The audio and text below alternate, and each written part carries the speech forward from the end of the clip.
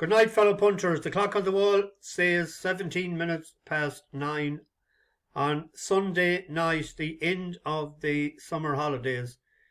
Back to reality again in the morning. Up at 6:45, back with the bus and the kids in the morning.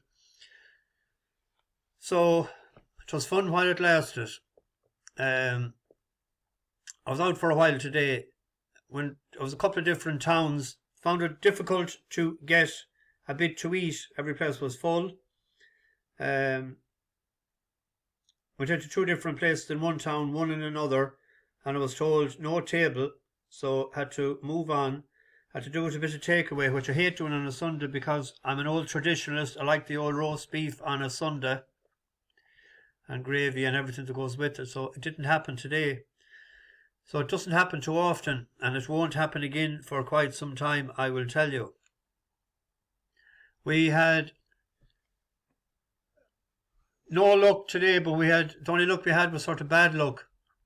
I was convinced at the furlong poll today that Swift Flight, who I backed last night at 8-1, was going to win.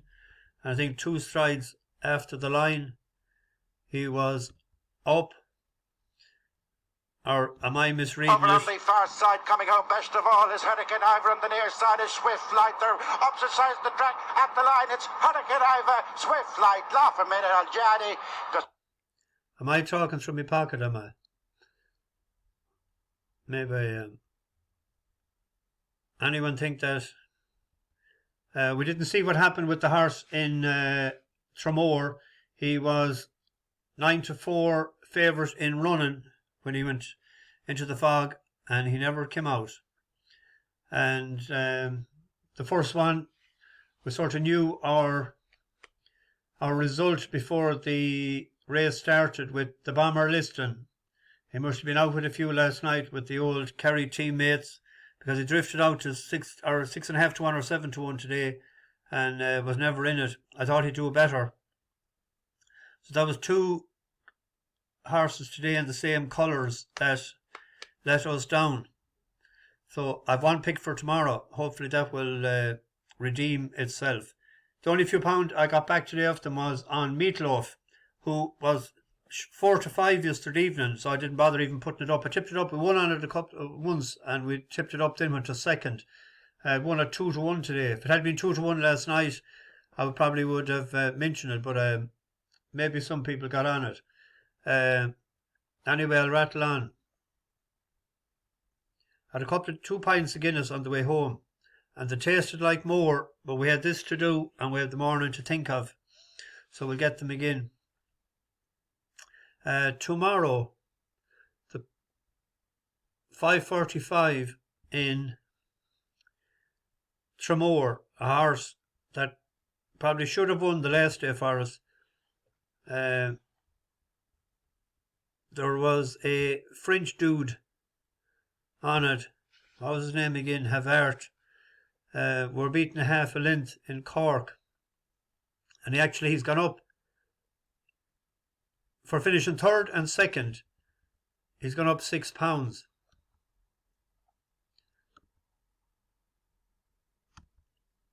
This is him with the white cap taking the lead.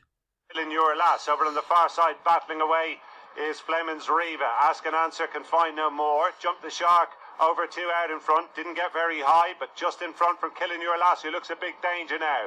These 2 from Kingston Kid in 3rd as they come down to the final flight. Killing Your Lass and Jump the Shark. Killing Your Lass now, finding a bit extra. Jump the Shark's a length and a half down in 2nd and racing well inside the final half furlong. Killing Your Lass from Jump the Shark is coming again, but the post comes in time for Killing Your Lass.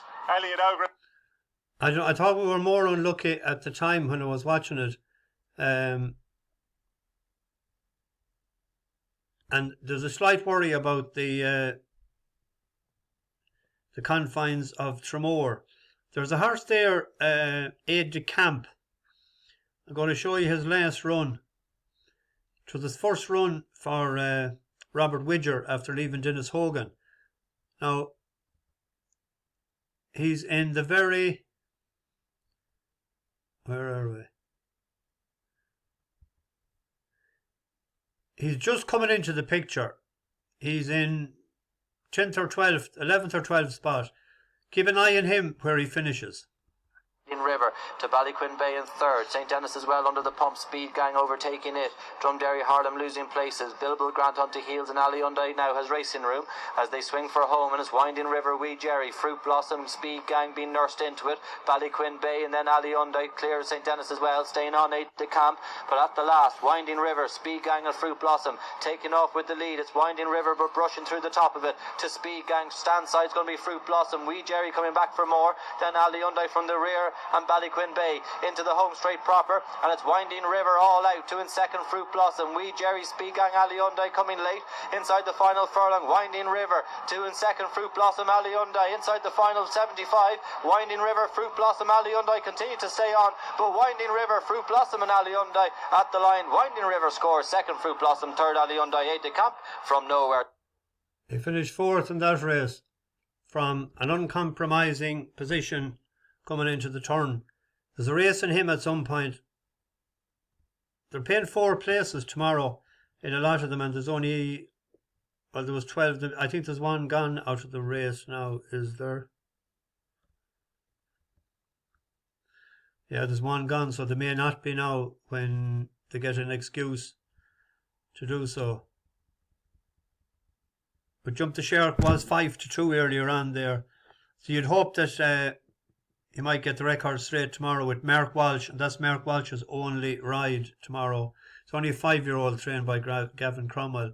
So hopefully he can do the business. And there's a couple of that half interested me at Redcar, but I didn't bother. But there's a good race, a Group 3 over in Chantilly, France. Donnacha O'Brien is sending over Wadao, who was second to Tenebrism in Cork last weekend. And he ran that day of 96, as he's put up 11 pounds. But there's a Group 1 performer in this race, Marshman, Carol Burke. This won first time out last year. And second, and then it was second in the Gimcrack last August to Noble Style and went off 94 favourite. And then it ran in a Group 1 last run of the year. Now, there's always a worry to Blackbeard, was only beaten 5 lengths, but there's always a worry, did the train on? That was in the Middle Park. But decent horses in front and a couple of decent ones behind it too. You wouldn't mind owning a leg or two of them. But it went off 15-8 favourite in that race. It's rated 113. So it has £6 on Wadeo. There's a horse rated there, he's rating at 75. So I'm not so sure. I was looking at a couple of the French horses, but a couple of them was on the Goo in France. So he is a 2-1 shot. I was trying to get a couple of safe plays for Ramunda, and I didn't want to risk anything on the flat in Redcar or Windsor. Got me with the days when Hughesy used to be riding for Richard Hannon and Windsor. That was go collect times. Seeing that the Scottish Lucinda Russell won the Grand National yesterday, I decided I might sing a little bit of a Scottish song. We'll see how it goes. By yon bonny bangs and by yon bonny braes, while the sun shines bright on Loch Lomond, where me and my true love will never meet again, on the bonny, bonny banks of Loch Lomond. Oh, you take the high road and I'll take the low road, and I'll be in Scotland before you. But me and my true love we'll never meet again on the bonny, bonny banks of Loch Lomond. 'Twas there that we parted in yon shady glen, on the steep, steep side of Ben Lomond, where in soft purple hue the Highland hills we view, and the moon coming out in the gloaming. Oh, you take the high road, and I'll take the low road, and I'll be in Scotland before you. But me and my true love will never meet again on the bonny, bonny banks of Loch Lomond. The wee birds sing, and the wildflowers spring, and in sunshine the waters are sleeping. But thy broken heart it kens nae second spring again, through the woeful may cease from their grieving. Oh, you take the high road, and I'll take the low road, and I'll be in Scotland before you.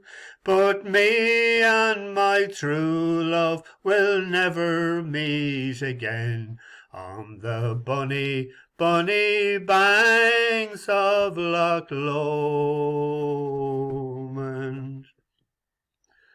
Must be the 2 pints that got me to do that. Bash the bookies over and out. That's for the Scottish people. There's a good few followers there. That's the first time I sang a Scottish song.